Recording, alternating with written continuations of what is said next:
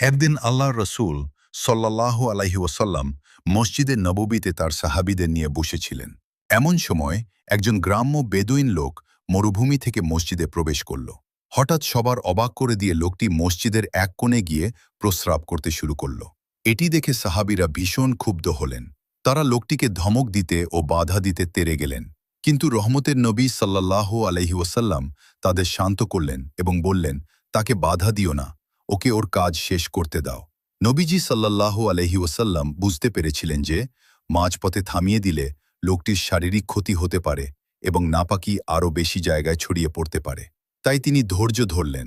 লোকটির কাজ শেষ হলে নবী সাল্লাল্লাহু আলাইহি ওয়াসাল্লাম তাকে খুব আদরের সাথে কাছে ডাকলেন।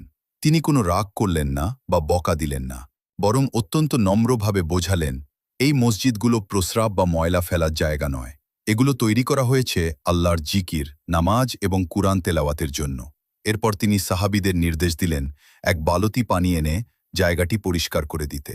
নবীজির এই অভাবনীয় দয়া ও কোমল ব্যবহার দেখে বেদুইন লোকটি এতটাই মুগ্ধ হল যে সে দোয়া করতে লাগল, হে আল্লাহ, আপনি শুধু আমার আর মুহাম্মদের ওপর রহমত বর্ষণ করুন, আর কারো ওপর নয়।